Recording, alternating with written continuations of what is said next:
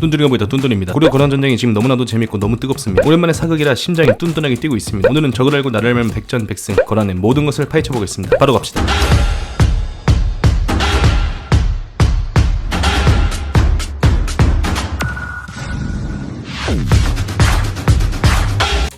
중국 역사자료에 의하면 기원전 4세기 흉노족이 처음으로 등장을 합니다. 흉노족이란 여러 민족과 부족들의 연합체이며 다른 흉노족들과 다르게 북쪽에 진을 치고 따로 빠져나온 부족이 바로 거란족입니다. 우리나라 역사에는 삼국사기 378년 중 일부에서 첫 등장을 하는데요. 거란이라는 오랑캐가 고구려를 침범하고 약탈했다라는 역사 기록이 있습니다. 그리고 광개토 대항 능비에는 비려와 숙신을 공격해서 정복했다. 포로 1만 명을 잡았다라는 기록이 있습니다. 비려는 거란, 숙신은 여진으로 보기 때문에 광개토 대왕님께서 전부 다 쌈 싸먹었다라고 볼 수 있습니다. 광개토 대왕 또한 거란족은 국가라기보다는 여러 개의 부족의 집합체였고 유목민족이라기에는 농경과 축산되기 때문에 반농, 반목의 민족이라고 볼 수 있습니다. 이런 부족 문화의 단점은 강력한 영웅이 나오지 않는 이상 하나로 뭉치기 힘들다는 단점이 있는데 야유라복이라는 영웅의 등장으로 여러 개의 부족을 하나로 통해 국가로서의 근간을 다지는 기초가 되죠. 드라마 왕건을 보시면은 아지테란 아저씨가 궁예에게 이런 말을 합니다. 하나 북쪽의 야유라복이라는 사람이 거란 부족을 통일했습니다요. 그래서 궁예는 북으로 진출하는 것은 이 미륵이니라를 연신 외치다가 마구니가 끼어서 사요나라!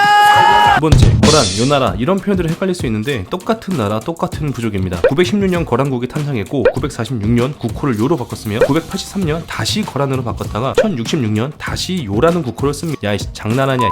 또한 야율 모시기, 야율 거시기하는 이름은 왕족의 성이고 극중 많이 나오는 소씨 집안은 왕비 혹은 최고 귀족의 성씨라고 합니다. 이는 거란 쪽의 탄생 일화에서 나왔다는 썰이 있는데요. 거란의 청후 백마 신화를 보시면은 흰 백마를 타고 온 남자와 소 달구지를 타고 온 여자가 만나서 8명의 자식을 낳았고 남자는 야율성, 여자는 소씨라는 성을 썼다라는 설화입니다. 여기서 중요한 거는 백마를 탄 남자가 있을 수도 있고 소 달구지를 탄 여자도 있을 법한데 8명의 자식을 낳은 것이 설화인가? 그는 정력왕. 세 번째, 극중 거란 민족은 뚜껑이 날아간 헤어스타일, 변발을 합니다. 많은 분들이 변발이 앞에 이마만 날아간 거 아니냐 시는데 그건 청나라 변발이 우리에게 너무 익숙해서이고 거란족 헤어 또한 변발입니다. 기마민족, 유목민족 특성상 말을 많이 타는데 머리가 길면 불편해서인 이유도 있고 북쪽은 사막지대가 많았기 때문에 물이 귀해서 머리를 오랫동안 못 감아서라는 이유도 있습니다. 또한 부족민족 특성상 자원의 약탈, 전쟁 등의 일상인 하드코어 인생이기에 갑옷과 투구를 많이 쓰면은 너무 머리가 덥고 뜨거워 정수리를 밀어버려서 열을 식히는 용으로도 활용했다고 합니다. 이는 일본도 같은 풍습이 있는데요. 바로 촌마개입니다. 사무라의 상징과도 같은 촌마개죠. 우리가 중고등학교 때 도발검사당해서 바리깡으로 중앙고속도로 밀리면은 그게 바로 일본의 촌마개. 얘네도 갑옷 입고 전쟁을 하도 많이 해가지고 머리가 덥고 뜨겁다는 이유에서 똑같이 촌마개가 생겨났습니다. 일본의 1367년 온인전쟁을 시작으로 1638년 시마바라란 진압까지 한 200년을 전쟁으로만 살았습니다. 거란 또한 4세기부터 916년 거란국 탄생까지 부족 간의 약탈과 전쟁으로 500년을 살아온 반면 우리나라는 260년 동안 통일신라, 470년 동안 고려 왕조로 통일되었기 때문에 저렇게 변발을 할 이유가 없었죠. 하지만 저희 회사 대표님은 자연산 변발로 윗머리가 다 날아갔습니다. 나가리다. 네 번째, 지금 거란 쪽이 쳐들어오기만 하면은 고려에서는 항복해야 한다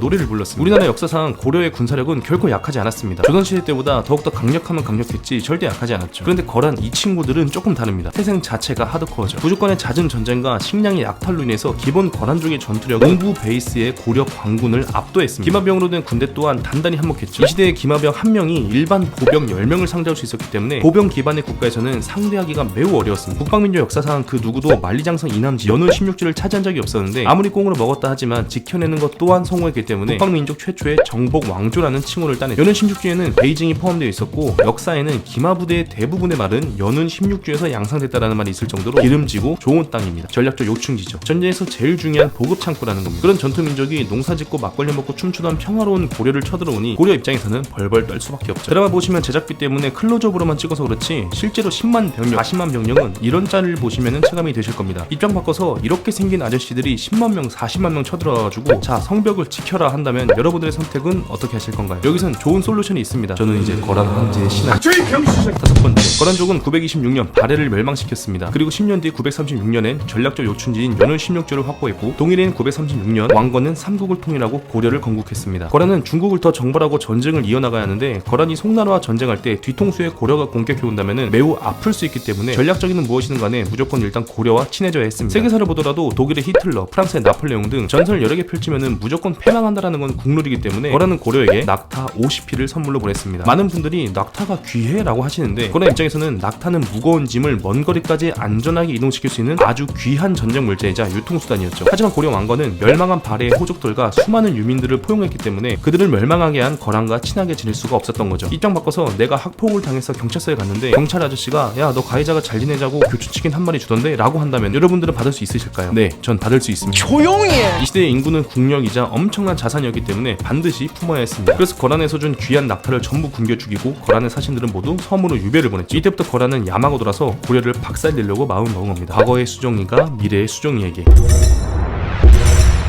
구독과 좋아요는 아주 좋았어! 여섯 번째, 고려 거란전쟁 1차전 침공 이전에 여진족과 발해를 다시 일으켜 세우려는 정한국이라는 국가를 뒤지기 직전까지 좁팹니다. 이 틈을 타 송나라 또한 거란의 뒤통수를 칩니다. 그런데 거란이 이걸 막아버린 거죠. 이걸 알 수 있는 것은 기본 전투력 차이가 극심했다는 걸 알 수 있습니다. 마치 평범한 지구인과 전투민족 사이언의 대결 같은 거죠. 조직을 맡고 있던 송나라는 고려에게 눈치도 없이 원군을 요청합니다. 고려야, 너네랑 우리랑 조공책봉 관계잖아. 그러니까 지금 빨리 인원 긁어 모아가지고 원군을 보내봐. 이렇게 고려에게 DM을 보내는데 고려는 아주 멋있게 일십을 합니다. 그렇게 거란은 송나라, 여진, 정한국까지 쓸어버리고 자기한테 유리한 모든 판을 세팅한 후 993년 고려의 뚝배기를 깨러 드디어 출정을 합니다. 고려 일곱 번째, 고려 거란전쟁에 나오는 거란의 황제 야율용선은 우리에겐 3번이나 쳐들었기 때문에 무서운 놈이지만 거란에서는 손꼽히는 성군으로 알려져 있습니다. 11살의 왕위에 올라 너무 어린 탓에 어머니인 소태후가 섭정을 하죠. 그런데 어머니가 개쩌는 사람이라서 영향을 많이 받은 것 같습니다. 우리나라에서 섭정했던 수많은 황후들과 달리 소태후는 개쩌는 재상을 등용해서 나라의 내실을 다지고 본인은 직접 군사를 일으켜 쳐들어오는 30만의 송나라를 직접 박살냈습니다. 1004년에는 20만 대군을 직접 이끌고 송나라에 쳐들어가서 뒤지게 팹니다. 매년 20만 필의 비단과 은 10만 양의 합법적으로 삥을 뜯는 전연의 맹을 맺죠. 어머니의 개쩌는 모습을 성종은 바로 옆에서 배우게 됩니다. 그렇게 어머니는 훌륭한 왕으로 자랄 수 있게 성종을 엄하게 교육했고 성종이 정권을 잡은 후부터는 제대로 된 나라를 만들기 위해 매우 노력을 했습니다. 많은 것이 있지만 그중 대표적인 것은 바로 노예들을 평민으로 신분 상승시켜서 그들의 삶을 보장해주고 그 어떤 노예도 왕의 허락 없이는 함부로 죽일 수 없게 칙령을 내립니다. 그런데 자신의 딸인 금양공주가 칙령을 어기고 노예를 허락 없이 죽여버렸습니다. 가장 높은 신분인 황족부터 법을 지키지 않으면 명분을 잃는다는 이유로 자신의 딸을 강등시키고 지금의 사령관 자리에 있던 딸의 남편, 즉 사위도 파직시켜버리죠. 성종의 칙령은 요사에도 기록되어 있는데요. 탐관오리들은 발견 즉시 파면이며 두 번 다시 벼슬길에 오를 수 없었다고 합니다. 청렴하지 못한 관리는 아무리 중요한 요직에 있어도 내칠 것이고 청렴하고 스스로를 관리하는 사람은 지금은 직위가 낮더라도 반드시 높은 곳으로 올렸다고 합니다. 지금 시대 관점에서 봐도 개쩌는 군주고 우리가 오랑캐라 불렀던 거란족이 저 시대 때 저런 사상과 저런 정책을 펼치는 것을 보면은 누가 오랑캐고 누가 문화 시민이었을까요? 엄연히 거란과 중국의 한민족은 다른 민족이고 다른 나라인데 이 또한 자기네의 훌륭한 역사라고 말하고 있는 중국 보고 있나? 평평 알고 보면 재미있고 또한 모르고 봐도 재미있는 거란 편이었습니다. 저는 다음 주에 더욱더 재미있는 영상으로 찾아뵙겠습니다. 지금까지 뚠뚠이가 보고 있다 고려 거란 전쟁이었습니다.